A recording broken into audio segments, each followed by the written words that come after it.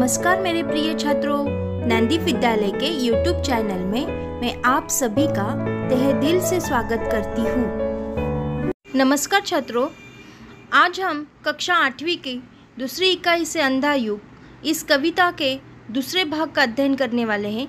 पिछले भाग में हमने युवस्सु और अश्वत्थामा के बीच के संवाद का अध्ययन किया। अब हम वृद्ध और अश्वत्थामा इनके बीच के संवाद का अध्ययन करेंगे। अब हम वृद्ध के पात्रों का संवाद का अध्ययन करने वाले हैं। पहले वृद्ध के संवाद पढ़ती हूँ। बोले, अवसान के क्षण में प्रभु, मरण नहीं है ओ व्याध, मात्र रूपांतर है यह, सबका दायित्व लिया मैंने अपने ऊपर, अपना दायित्व सौंप जाता हूँ मैं सबको। अब तक मानो भविष्य को मैं जिलाता था, लेकिन इस अंधे युग में मेरा एक अंश निष्क्रिय रहेगा, आत्मघाती रहेगा और विगलित रहेगा। संजय युवस्सु अश्वत्थामा की भांति, क्योंकि इनका दायित्व लिया है मैंने। यहाँ प्रभु हमसे कह रहे हैं कि अवसान यानी समाप्ति के क्षणों में वह हमसे कह रहे हैं कि हे वधिक, यह मेरा मरण नहीं है, मात्र यह मेरा रूपांतर है।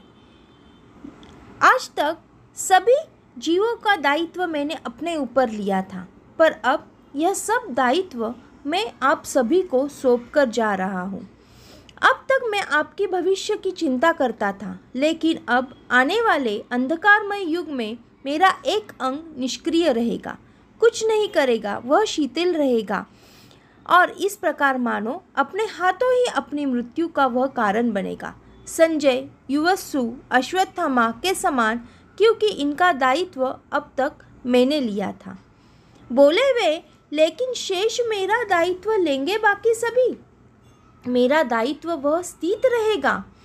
हर मानव के मन में, उस वृत्त में जिसके सहारे वह सब परिस्थितियों का अतिक्रमण करते हुए नूतन निर्माण करेगा, पिछले ध्वंसों पर मर्यादा युक्त आचरण में, नित नूतन सर्जन में, निर्भयता के, साहस के, ममता के, रस के क्षण में जीवित और सक्रिय हो उठूँगा मैं बार बार। प्रभु हमसे कह रहे हैं कि यह भी कहा था कि शेष सभी जीवों में मेरा दायित्व संभालने वाले होंगे। प्रत्येक मानव मन में मैं रहने वाला हूँ। मनुष्य के सभी विपरीत परिस्थितियों का सामना करते हुए मनुष्य हर बार नया निर्माण करेगा, वह मर्यादा पूर्ण होगा। उनके नूतन सृजन में उनकी निर्भयता, उनके साहस और प्राणी मात्रा के प्रति उनकी ममता के रस में मैं सराबोर होकर बार बार जीवित होकर सक्रिय हो उठूँगा। यानी इस पात्र में प्रभु ने हमसे कहा है कि अब मैं अपना सभी दायित्व आपके ऊपर सौंप कर जा रहा हूँ। अब हम अश्वत्थामा के संवाद का अध्ययन करेंगे। पहले संवाद पढ़ती हूँ। उसके इस नए अर्थ में क्या हर छोटे से छोटा व्यक्ति विकृत, अर्धबर्बर, आत्मघाती, अनास्थामय अपने जीवन की सार्थकता पा जाएगा? विकृत यानी कुरूप, अर्धबर्बर यानी हिंसक, अनास्थामय यानी जिसमें श्रद्धा नहीं है वह। अश्वत्थामा कहते हैं, प्रभु ने जो कहा है उस संदर्भ में क्या हर व्यक्ति, चाहे वह कितना ही छोटा हो, विकृत बुद्धि वाला हो या असभ्य हो, अपने हित अहित के विषय में सोचे बिना ही कुछ काम करने वाला हो, या सृष्टि के प्रत्येक प्राणी पर, अपनी वस्तु पर श्रद्धा रखने वाला हो, या सभी अपने जीवन की सार्थकता प्राप्त कर सकेंगे?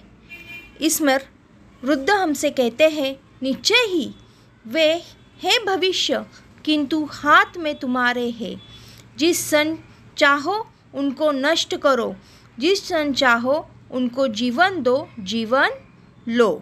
वृद्ध हमसे कह रहे हैं, अवश्य कर सकेंगे, किंतु अब यह तुम्हारे अधीन है कि तुम जब चाहे ऐसे लोगों को नष्ट कर दो, जिस क्षण चाहे उन्हें जीवन दो, चाहे उनका जीवन ले लो। अंधा युग इस कविता के माध्यम से कवि ने हमें संदेश दिया है।